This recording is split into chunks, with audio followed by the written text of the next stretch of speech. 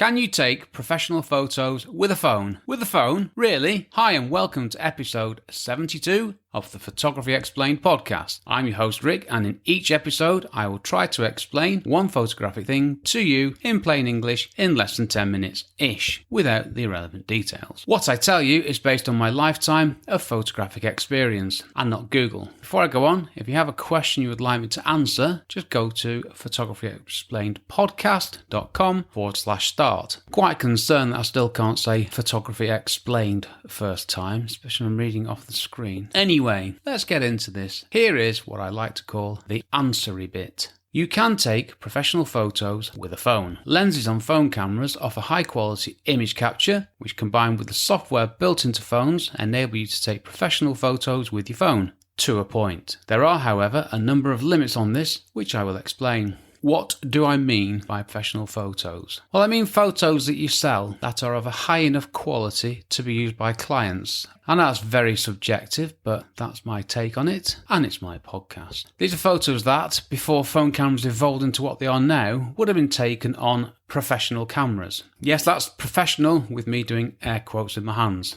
Great on a visual medium, I know. Why would you try to take professional photos with your phone? Madness, isn't it? Well, why not, is what I say. It saves a load of faff, time and lugging gear around, and the photos are there instantly for you to do whatever you want with them, which these days is to post them on social media for them to be ignored by billions of people. Haha. Your phone is always with you. Okay? That might be a big generalisation there, but for most people this is the case. So there is that. And you can't fit a camera into a trouser pocket. See how carefully specific I was there. I once said something about fitting a phone into a pocket and somebody came back and said, "Oh, I can get it in my coat pocket, no problem." I was like, yeah, that's not really what I meant. Is a phone as good as a DSLR or mirrorless camera? Well, the old saying is the best camera is the one you have with you. So if you have your phone with you and not your camera, then yes, it is. Well, it is better if you think about it. It's better than no camera. But is a camera phone really as good as a, air quotes, professional camera, air quotes? Yes and no.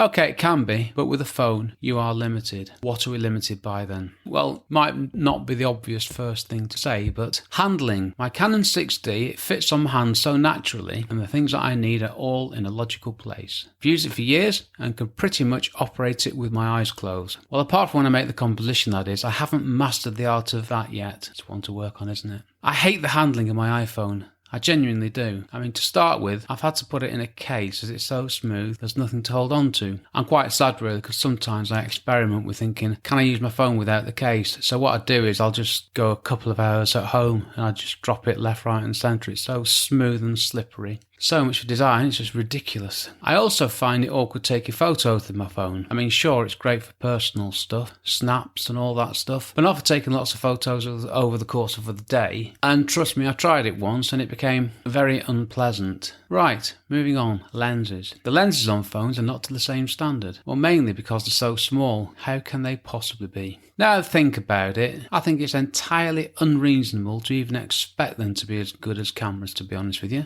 I mean, you can buy lenses that you place in front of the camera lens that give you more options though, which is good. But no, the lenses, it's virtually impossible for them to be as good as camera lenses. I mean, the lenses I use in my Canon 6D are excellent. They're bespoke, designed pieces of optical brilliance. No, I'm not being paid to say that. Maybe next year. So how can a lens in a phone possibly match that if you just think about it? Next point. Sensor size. The sensors in phones are not as good as they are in cameras. They're brilliant, don't get me wrong, but they're so much smaller. I mean, a lot smaller. I've done episodes before where I've compared micro four thirds, crop sensor and full frame camera sensors and explained the difference and why the full frame camera sensor is better. So phone sensors are much smaller than micro four thirds sensors. But having said that, every year the gap seems to close. In general terms in photography, the bigger the sensor, the higher the quality of the image. And I put down here fact, just to prove the point. That's a fact. In general terms, the bigger the sensor, the higher the quality of the image. There are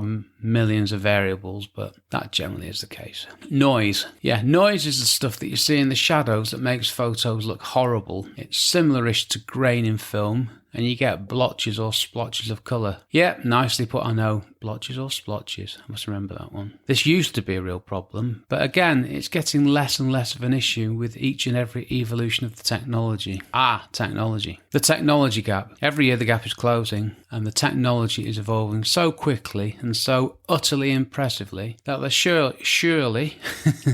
surely must come a point where a camera and a phone are the same. I think it's inevitable, but you'll always have that difference of the optics from a camera to a phone. Well, I hope so anyway. 5 years ago, we might have been thinking about this. 10 years ago, it wouldn't have seemed remotely possible. And 21 years ago, it was physically impossible, as the first camera phone was released in, wait for it, the year 2000. Yep, that's the first camera phone. And when I say camera phone, yeah, there were phones with cameras in before them, but that's the first consumer phone with a camera in it. Love to see what the photos are like from one of them these days. Okay, so it's a no from me to the question, but it's a partial no. It's not that simple. It never is in photography, is it? I use my phone and my camera. My camera takes the client shots and my phone does all of these things. Behind the scenes shots, behind the scenes videos, photos for social media, videos for social media, photos of my gear, videos of my gear, photos of me taking photos. My arms are long enough.